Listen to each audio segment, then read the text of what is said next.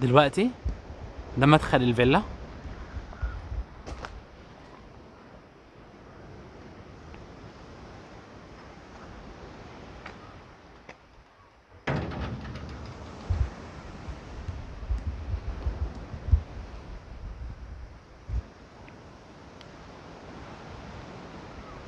زي ما احنا شايفين على البحر مباشرة، تطلع على الشاطئ على طول.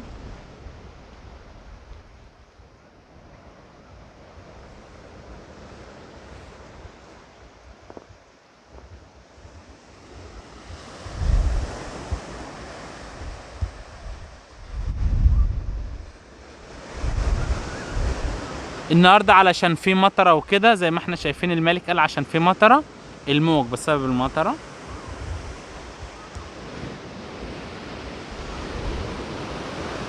الارض بتاعت الفيلا كلها 1229 متر.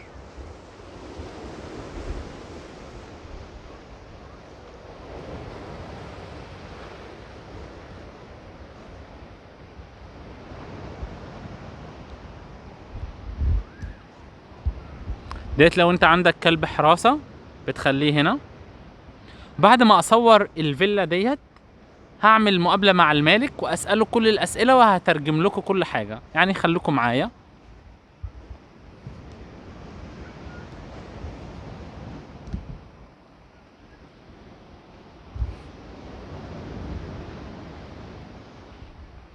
شايفين السور الكبير؟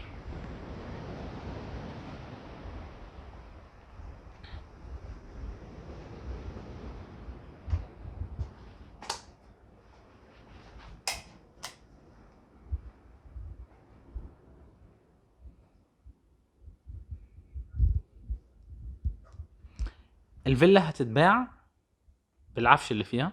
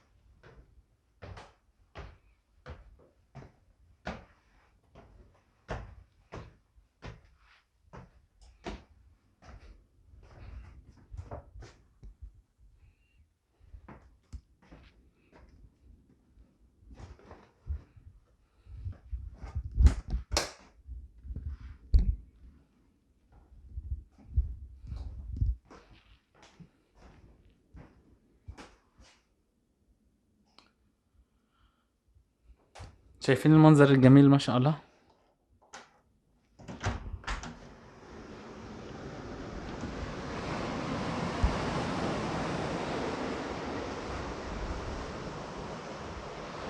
وشايفين الخصوصية الكبيرة ديت؟ السور الفيلا بتاعتكم لفوق، بعد كده غابات من الاشجار، وبعد كده البحر، وديت الحديقة بتاعت الفيلا، ومنكم للبحر على طول. تخيل كده كل يوم من غرفة النوم تطلع من غرفة النوم تشم الهواء النظيف النقي.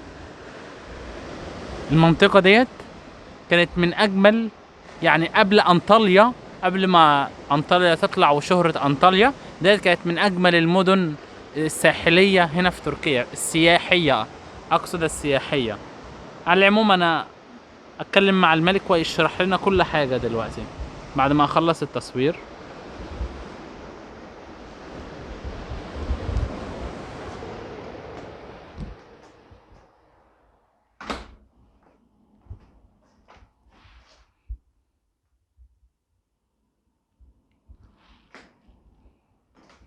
طبعا في كل غرفة فيها الحمام.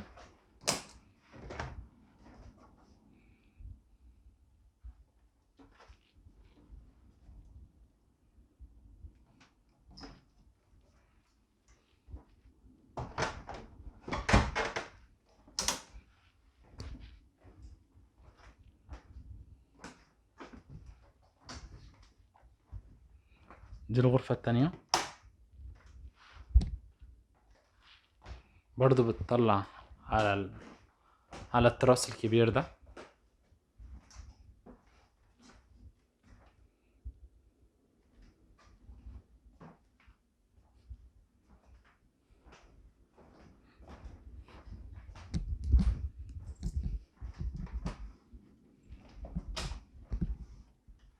الحمام التاني.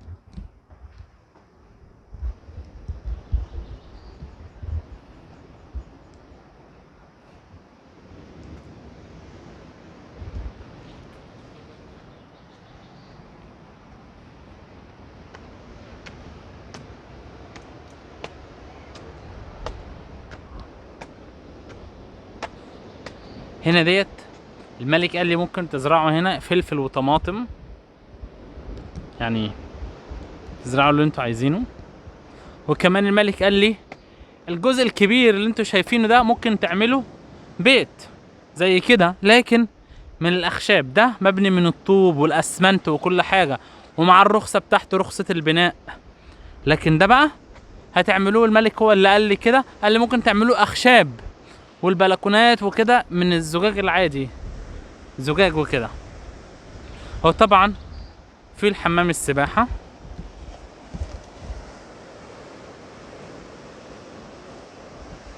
ومن الفيلا نفسها بصوا كده تحت المدخل، اوريكم مدخل للشاطئ على طول اهو.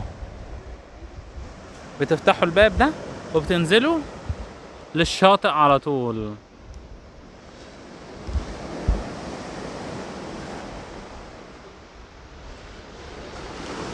السلام عليكم. Aleyküm selam. دلوقتي انا مع المالك واساله كل حاجه.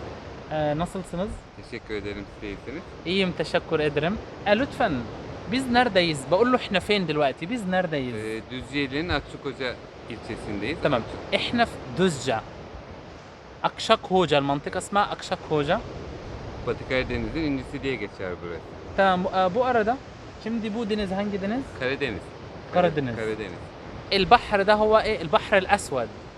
انا هسأله بقى من هنا لاسطنبول، من الطرف الاسيوي، من الطرف الاسيوي بتاع اسطنبول لهنا، bu arada Asya tarafından İstanbul buraya kadar ne kadar 2 saat. 2 saat. 2 saat. حوالي ساعتين من الطرف الآسيوي في اسطنبول. Evet, bilgiler bize söyleyebilirsiniz bu yer hakkında. Bu yer bizzat kendimin yaptığı bir yer. Arazisi 1029 metrekare. لكن لطفا ben ترجمة edeceğim ya. بيقول لكم المكان ده خصوصا احنا اللي عملناه بايدينا، وكم متر؟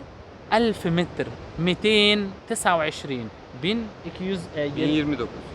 1029. 1029. Evet. 1029. Evet, metrekare. كم متر يا جماعة؟ أنا صحح المعلومة 1029 متر، 1029 متر değil mi؟ Evet. أقولها لكم تاني يا جماعة. المكان ده الأرض كام بالظبط؟ 1000 متر 29 متر. Evet devam et lütfen. يعني بوير مثلا أنا هسأله هنا أقول له جنبيكوا سوبر ماركتات، جنبيكوا ايه بالظبط، جنبيكوا مستشفيات، هل في مدارس؟ انا اساله الاسئله ديت. Şimdi bu villanız yanına market var mı, okul var mı, hastane var mı? 5 kilometre içinde hastane, okul, kantinler, restoran, hatta 1 kilometre içinde restoran. Yan tarafımızda kafeterya da var. Hı. Çok şey var burada. Şimdi marketler burada ne kadar? Sapaklı geldiğimizde sen gördün. Evet. Yakınımızda hemen Migros'umuz, A101'imiz, Köfteci Yusuf'umuz. Evet. Ya benim sorum bu. Eğer ben burada Var. yaşasam, yürüme mesafe var mı market Var, için? var. Kaç dakika mesafe? 500 metre. يا جماعة من هنا للسوبر ماركت على طول بالضبط 500 متر وأكل فلان. Okul 5 kilometre. أما بقى المدارس إيه. وكده يعني في حدود 5 كيلومتر بالنسبة للمدارس. أنا بقول لكم المعلومات بالضبط من المالك عشان تكون إيه واضحة ودقيقة. Evet. Evet, hastane hepsi. واللوكانتر falan ne kadar uzak? Lokanta hemen yanımızda otelimiz var. Hemen yine 500 bir kilometre içinde lokanta Kaç? var.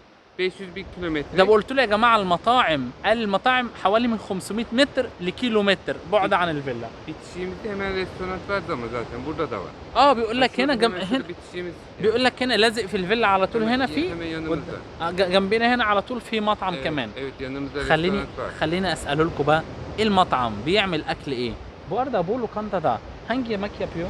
Türk yemekleri yapar. بيعمل الاكل التركي. Türk yemekleri birçoğunu yapar. يعني بيعمل معظم الاكل التركي في المطعم اللي جنبنا هنا. Evet. Herhangi bir şey söylemek ister misiniz?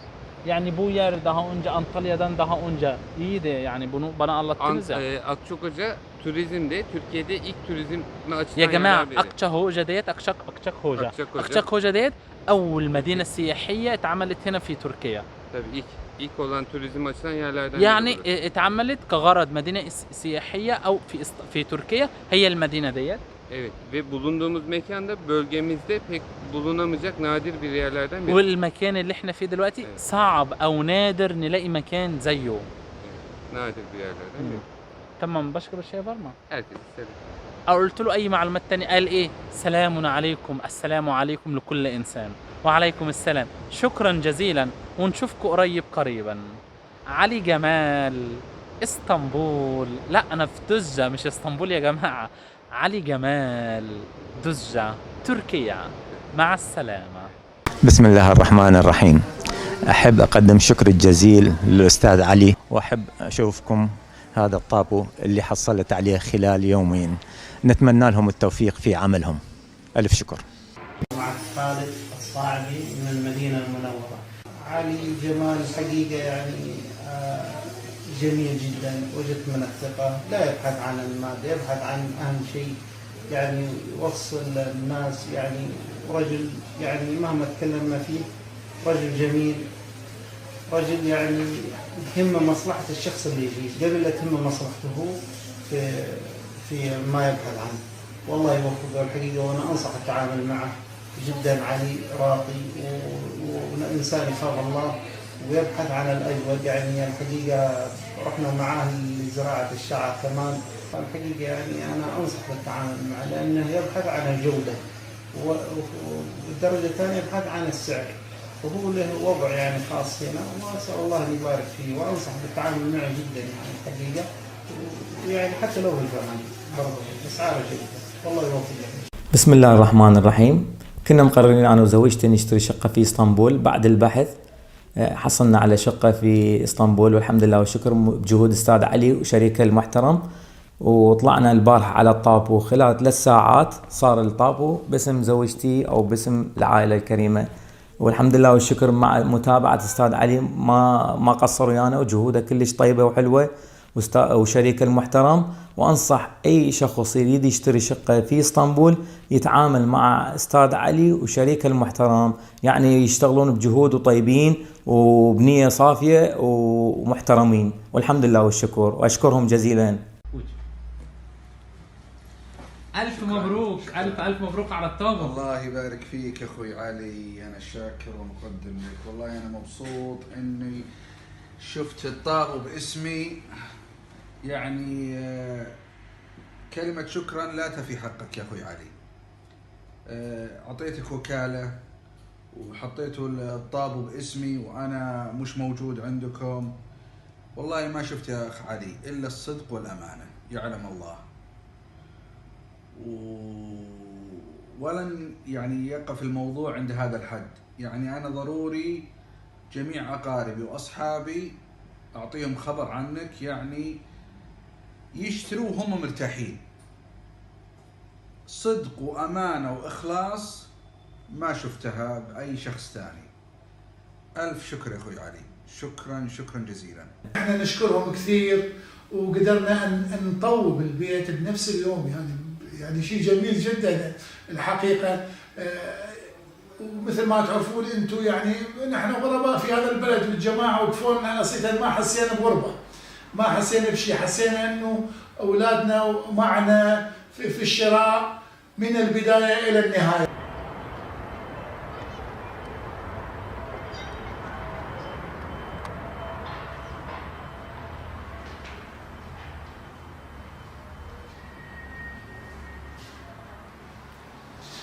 وهاي شقتنا الجديدة اللي اشتريناها من خلال الأستاذ علي وشركة تركي، مشكورين كل الشكر.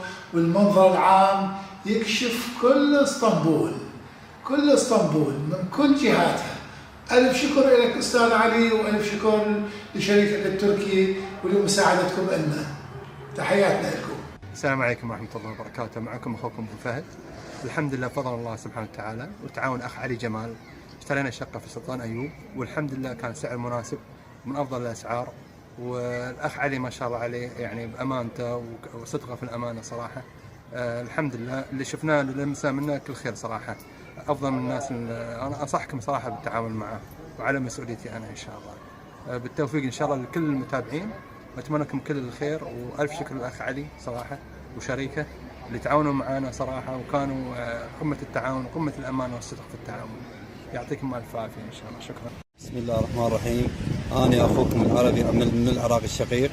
جيت تركيا ما اعرف كل شيء وما اندل كل شيء، من واحد لواحد ابو تاكسيات، واحد يوديني على واحد وواحد يوديني على فلان فندق، وشلع قلبي لحد ما اتصلت بعلي جمال اخونا المصري.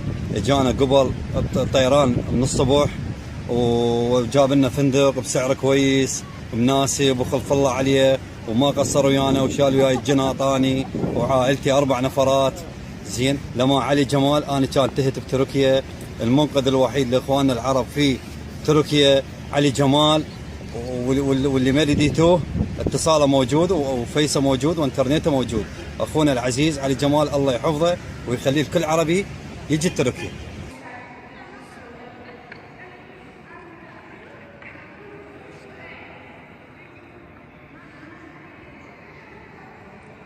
السلام عليكم ورحمة الله وبركاته. أحب أتكلم عن تجربتي الشخصية مع أستاذ علي جمال في شراء عقار في تركيا. وأستاذ علي جمال قدر يلقى لي عقار جدا بسعر جدا رخيص ومميز، الموقع المميز اللي كان في ينيكابي على البحر مباشرة، وشقة جدا نظيفة والحمد لله وشكر الطابو سليم، وقدرنا نكمل المعاملة وما تركني إلى انتهى الطابو. وأحب أنه أنصح كل الناس العرب اللي يحبون يشترون عقار في تركيا طابو نظيف واستلام نظيف ومعاملة نظيفة يتواصلون مع الأستاذ علي جمال. وشكرا. للجميع الراغبين في الاستثمار وكذلك السياحة في اسطنبول، فقط الاتصال بالأخ علي جمال المتواجد هنا في خدمة المواطنين كافة من بيع وشراء وسياحة وإيجار وسياحة في اسطنبول. هذا الرجل لديه من الأمانة والإخلاص والوفاء الكثير لما لمسته خلال هذه 25 يوم الموجود أنا فيها في اسطنبول، من خلال أنا تعاملي معه بإيجار إحدى الشقق الجميلة جدا وفي قرب في منطقة السلطان أحمد والقرب من الجامع الأزرق، وكذلك من التعامل الصريح والمميز ما بينه وبين الآخرين وما بينه وبيني أنا شخصيا، وكذلك لديه صراحة كبيرة جدا في التعامل. حتى وأنا كنت في بريطانيا عندما أرسل لي فيديو للشقة، نفس الشقة التي أرسلها لي هي نفس التي أسكن بها حاليا. نصيحتي للجميع لمن لديه نية الاستثمار وكذلك البيع والشراء وحتى الإيجار الاتصال بالأخ علي جمال.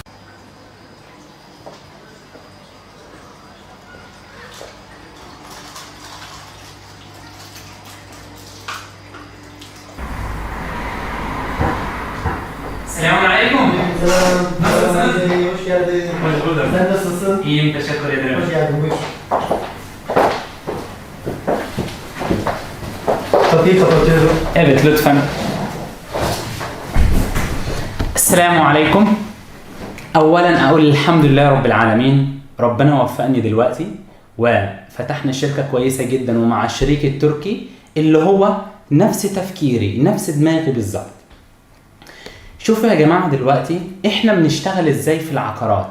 اول حاجة رقم واحد بنشوف الشقة او العقار لو سعره كويس ولقطة نتوكل على الله. بعد كده بنروح نشوفه ايه النقطة التانية، مكانه، هل مكان امين، مكان يصلح لعيلة، مكان جنب المترو والمواصلات. دي تاني نقطة. تالت نقطة الطابو. يعني ايه الطابو؟ اللي هو سند الملكية. بنشوف الطابو، ايوه بنشوف الطابو صحيح او مش صحيح لانها امانه. مين حلقه الوصل؟ مين حلقه الوصل بينكم وبين المالك؟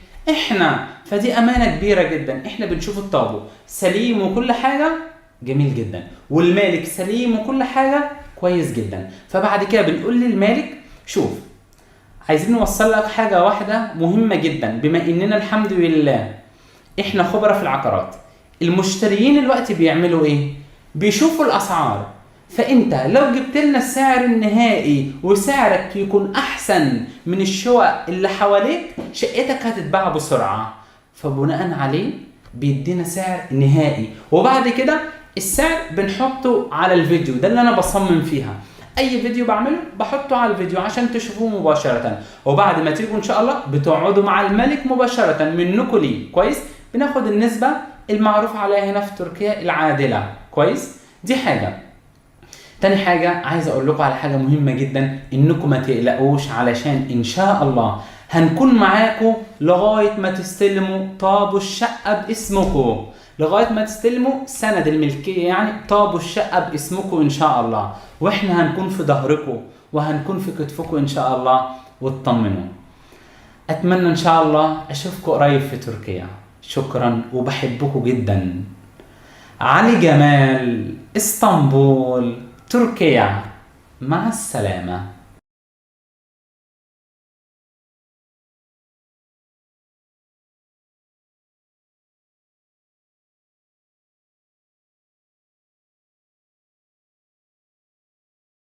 لا تنسوا الاعجاب بالفيديو والاشتراك في القناة تشجيعا لنا لنستمر بنشر المزيد ان شاء الله.